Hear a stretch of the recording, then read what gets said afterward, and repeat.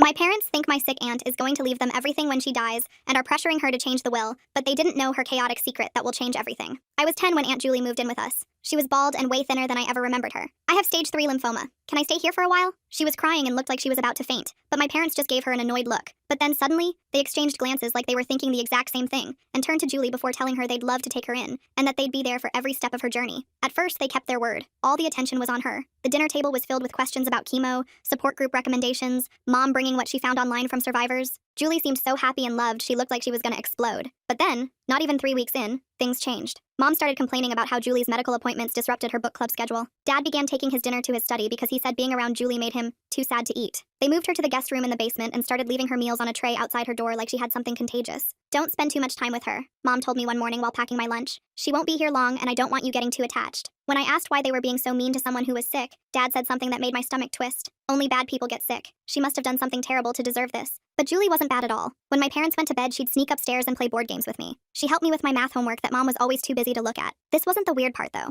The weird part was that my parents kept telling me that Julie would die soon, almost as if they were convincing me or manifesting it. But what they said didn't seem true. Julie looked to be getting better. Her cheeks got fuller and she stopped looking so tired all the time. She even joked once that she felt suspiciously healthy for someone who's supposed to be dying, but I didn't really get what she meant. Everything changed when these older kids started picking on me during my walk to school. They'd throw rocks and call me names and I was terrified. I begged Mom to walk me, but she said that was her yoga time and she couldn't miss it. Dad needed his quiet time in the break room before work started, so he couldn't do it either. I thought I'd have to face the bullies alone, until one morning Julie appeared at the front door fully dressed. Sick or not, nobody messes with you, she said. The walk was long, but she didn't care. And what's great is that the bullies took one look at the pale, bald woman marching toward them and scattered. After that, Julie walked me every single morning and I noticed she got stronger and faster each day. Mom was furious when she stayed home one morning and found out Julie was walking me. You're too sick for this. Stop confusing her. She needs to prepare for you to die. I didn't even get a chance to defend Julie. I just saw her cry as they banned her from the family areas and told me she was just attention-seeking with her illness. One night I couldn't sleep and went to get water. I found Julie crying at the kitchen table with Mom and Dad standing over her. There were papers everywhere and Mom was pointing at different documents. You need to be practical about this, Mom said. We'll have funeral costs.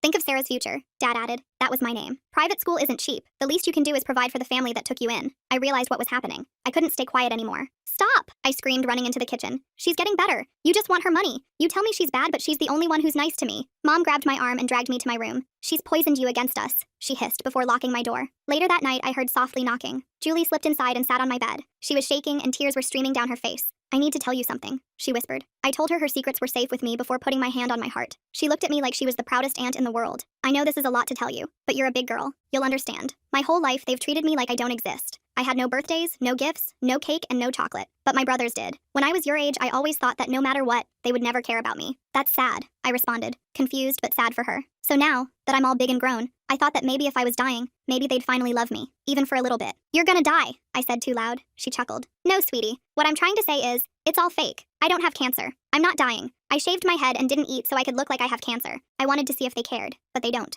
My eyes widened. That is so smart. Can I help you? I asked. Actually, you can. Julie explained her plan while sitting on my bed. She needed me to help convince my parents she was getting worse, not better. She said if they thought she was really dying, maybe they'd finally show some real emotion. I nodded eagerly, excited to be part of something important. She taught me what to say and how to act worried when they asked about her. We practiced me looking sad and concerned. Julie showed me how to make my voice shake a little when I talked about her being tired. It felt like we were putting on a play together. The next morning, I started our plan. At breakfast, I pushed my cereal around and told Mom I was worried about Julie. I said she seemed weaker yesterday and had trouble walking up the stairs. Mom's eyes lit up in this weird way that made me uncomfortable. She asked for more details and I gave her what Julie and I rehearsed. Dad lowered his newspaper and they exchanged another one of those looks. Mom patted my hand and said it was natural for sick people to decline. Her voice was gentle, but her smile was too big. Over the next few days, I kept dropping hints. I'd mention Julie coughing more or needing to rest after simple tasks. My parents ate it up. They started checking on her more, but not in a caring way. They'd peek into her room and nod to each other like they were confirming something. Mom even started humming while she cooked dinner. It was creepy how happy they seemed about Julie supposedly getting sicker. Julie played her part perfectly. She'd move slower when they were watching and lean on walls for support. She'd skip meals and make sure they saw the full tray outside her door.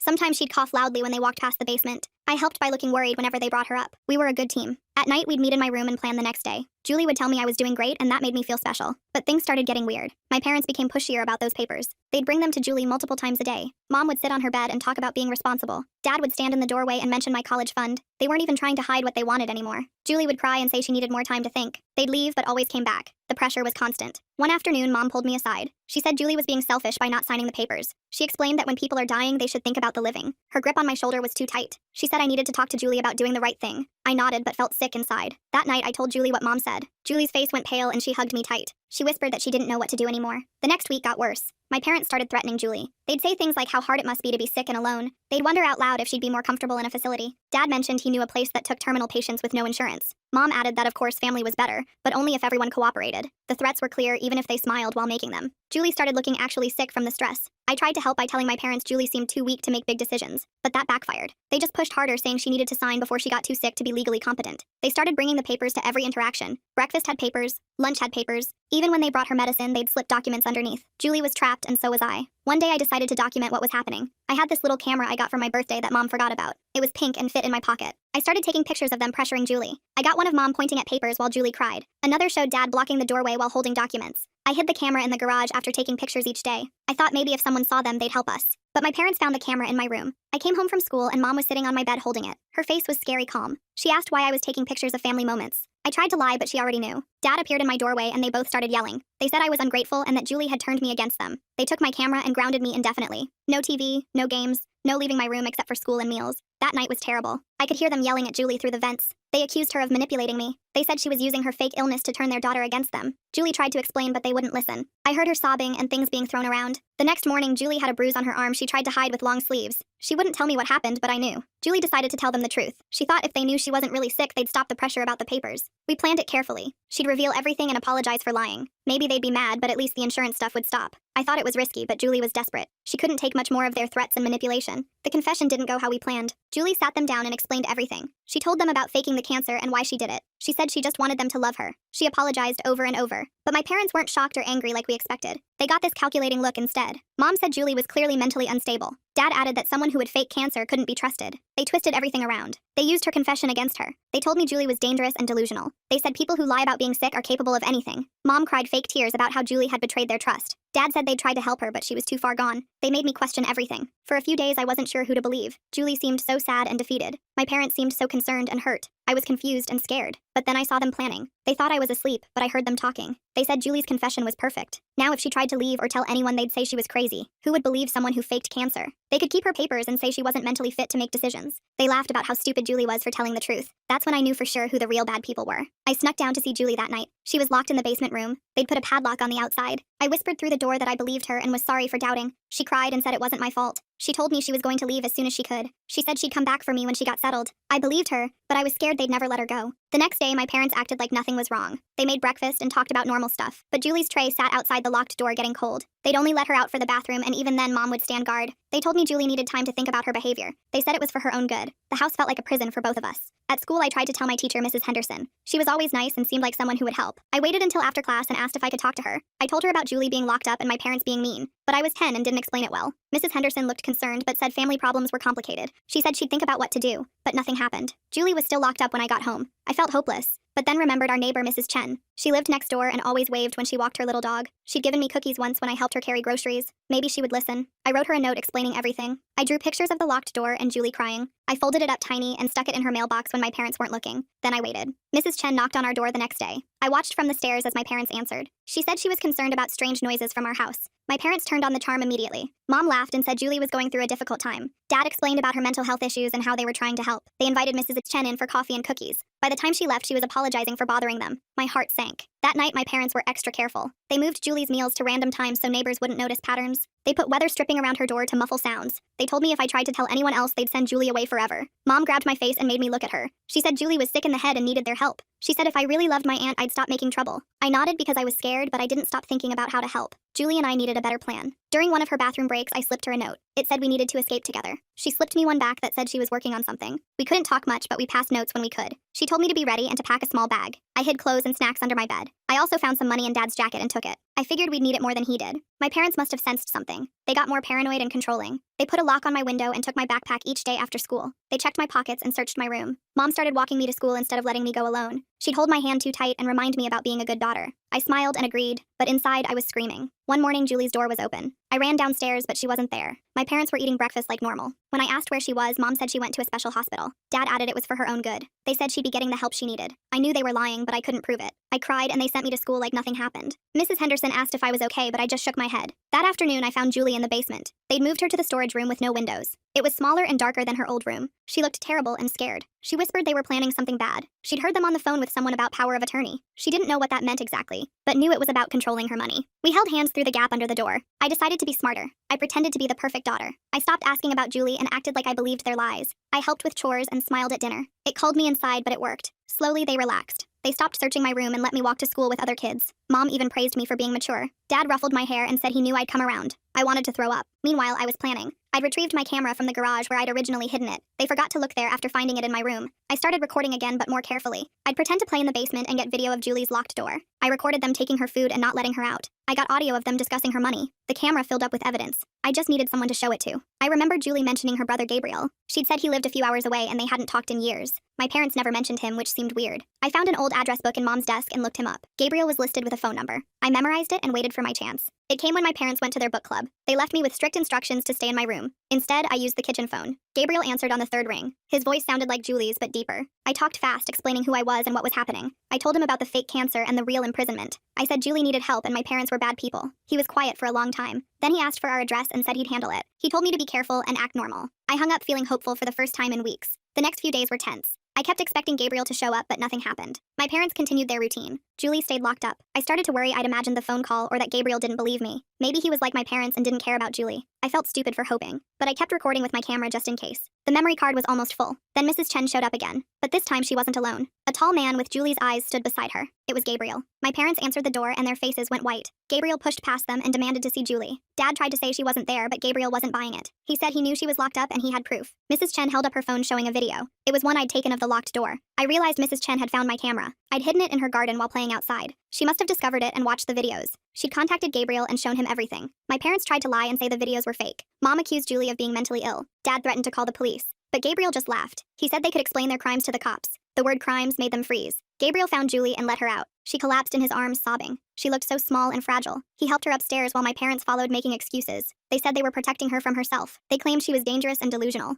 They even showed him the papers they wanted her to sign. Gabriel's face got darker with each word. He told them they were pathetic and cruel. He said he'd suspected something when I called, but the videos confirmed it. My parents turned on me then. Mom screamed that I'd betrayed them. Dad said I was an ungrateful brat who didn't understand adult matters. They blamed Julie for poisoning me against them. They said we'd regret this when Julie showed her true crazy colors. But their words didn't hurt anymore. I could see them clearly now. They were the sick ones, not Julie. They were so consumed by greed they'd lost their humanity. Gabriel called the police but not to arrest anyone. He wanted a record of Julie's condition and the locked rooms. The officers took pictures and statements. My parents had to stand there while Julie explained everything. She told them about the fake illness and why she did it. She showed them the bruises and described the imprisonment. The cops looked disgusted but said without more evidence it was a family dispute. Still, having a report helped. Julie packed her things while Gabriel watched my parents. They tried more manipulation tactics. They cried about taking Julie in when she was sick. They mentioned all the money they'd spent on her food and shelter. They said she owed them for their kindness. Julie just kept packing. When they brought up the insurance papers, she finally spoke. She said they'd shown their true selves and she felt sorry for me having them as parents. That hit them where it hurt. They started yelling about parental rights and how they'd never let me go. Mom grabbed my arm and pulled me to her side. Dad stood between me and Julie like a guard.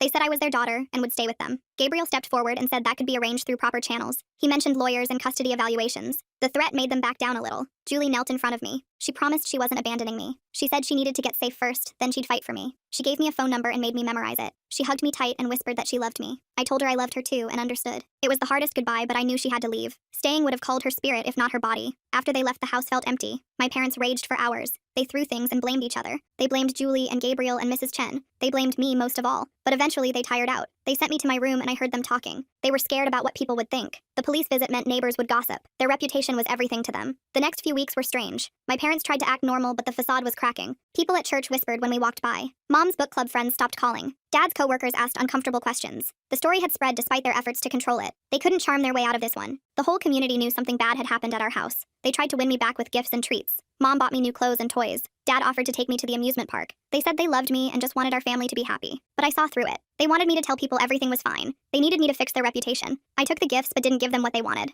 I stayed quiet and distant. Julie called when they weren't home. She was staying with Gabriel and getting real help. Not for cancer, but for the trauma of our family. She said she was seeing a therapist and feeling stronger. She asked about me and I told her the truth. My parents were being fake nice, but I didn't trust them. She said to hang on and that she was working on something. Her voice sounded different, more confident. School became my escape. Mrs. Henderson kept a closer eye on me. She'd ask how things were at home and really listen to my answers. She let me eat lunch in her classroom when I didn't want to be around other kids. She never pushed, but I knew she was there. One day, she slipped me a card with a phone number. She said it was for a counselor who helped kids in tough situations. I kept it hidden with Julie's number. My parents' marriage started falling apart. They blamed each other for the Julie situation. Mom said Dad had been too aggressive with the papers. Dad said Mom's greed had been too obvious. They fought constantly when they thought I couldn't hear. Sometimes they'd forget to make dinner because they were too busy arguing. I learned to make sandwiches and eat cereal for meals. It was lonely but peaceful. Then Gabriel showed up again. This time he had a lawyer with him. They sat my parents down and explained the situation. The lawyer had reviewed the police report and the videos from my camera. She said there was enough evidence for a custody challenge. My parents could either agree to a temporary placement with Julie or face a public battle. The lawyer used big words, but the message was clear. Cooperate or lose everything. My parents tried to fight at first. They hired their own lawyer and made accusations about Julie and Gabriel. They said Julie was unstable and Gabriel was a stranger to me. They painted themselves as concerned parents protecting their child. But their lawyer saw the evidence and told them to negotiate. Fighting would mean everything coming out in court. Their reputations would be completely destroyed. The negotiations were tense. I wasn't allowed in the room, but I listened at the door.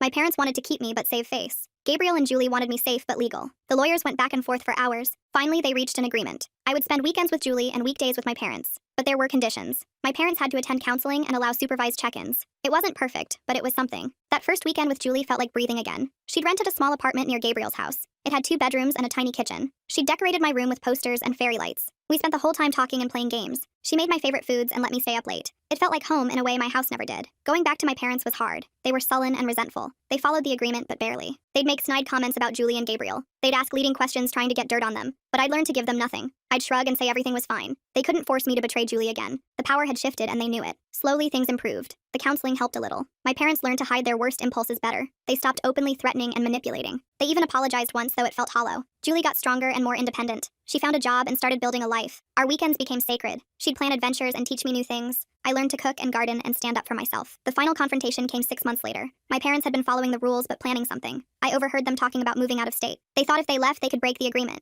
They'd take me somewhere Julie couldn't follow. They were researching schools and houses in places far away. The old fear came back. I couldn't let them steal me from Julie again. I told Julie immediately. She didn't panic like I expected. She called Gabriel and the lawyer. They'd been preparing for something like this. The lawyer filed emergency papers with the court. She argued my parents were planning to violate the custody agreement. She had documentation of their past behavior and current intentions. The judge took it seriously. My parents were ordered to appear and explain themselves. Court was scary, even though I didn't have to testify. I sat with Julie and Gabriel while lawyers argued. My parents' lawyer tried to say they just wanted a fresh start. Our lawyer presented evidence of their pattern of control and manipulation. The judge asked my parents directly about their plans. They lied and said it was just an idea, but the judge didn't believe them. She'd seen cases like this before. The ruling changed everything. The judge gave Julie primary custody. My parents got supervised visits twice a month. They couldn't take me out of state or make major decisions. The judge said my safety and well-being came first. My parents were furious but couldn't do anything. Their lawyer told them to be grateful they got any visits at all. The evidence against them was damning. They tried one last manipulation. Outside the courthouse, they cried and begged me to forgive them. They said they'd made mistakes but loved me. They promised to be better parents if I gave them another chance. For a moment, I felt bad.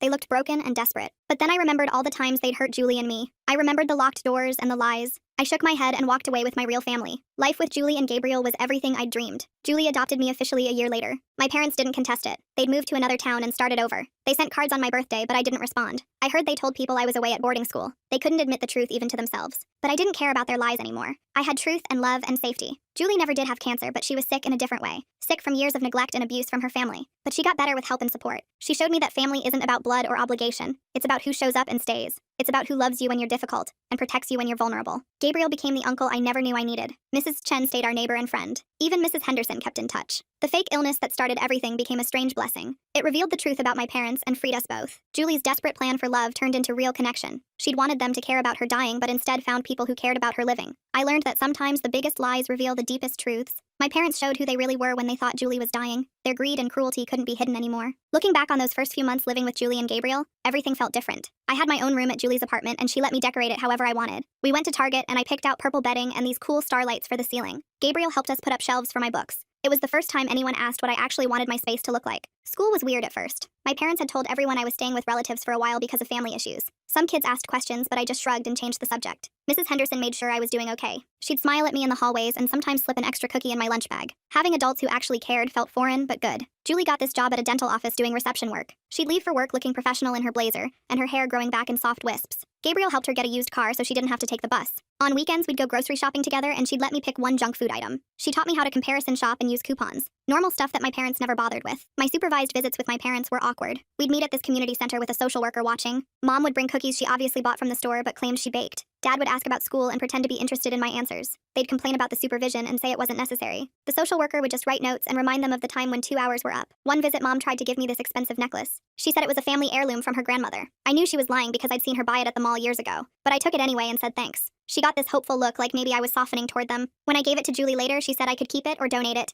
We ended up selling it and using the money for school supplies. Julie started going to therapy every week. Sometimes I'd go too for family sessions. The therapist was this nice lady named Dr. Kim who had plants everywhere in her office. She helped us talk about the hard stuff, like how I felt guilty for choosing Julie over my parents, or how Julie still sometimes felt like she needed to earn love. Dr. Kim said healing takes time and that was okay. Around Thanksgiving, my parents started pushing boundaries. They sent a letter saying they wanted me for the holiday since it was about family. Their lawyer forwarded it to our lawyer who shut it down quick. The judge had been clear about the custody arrangement, but they kept trying. They'd send gifts to Julie's apartment with notes about missing their daughter. Julie would ask if I wanted the stuff and I always said no. Then they showed up at my school. I was walking to the bus when I saw Mom's car in the pickup line. My stomach dropped. She rolled down the window and said she just wanted to talk. Said she had something important to tell me. I knew I shouldn't get in the car, but she looked so normal and sad. For a second, I almost did it. Then Mrs. Henderson appeared and asked if everything was okay. Mom drove off without another word. The school called Julie and she came to get me. She wasn't mad, but she was scared. We went straight to the lawyer's office. Turns out my parents had been violating the restraining order by coming to school. Their supervised visits got suspended pending a hearing. They tried to claim it was a misunderstanding, but the security footage showed Mom waiting for 20 minutes. The judge wasn't impressed.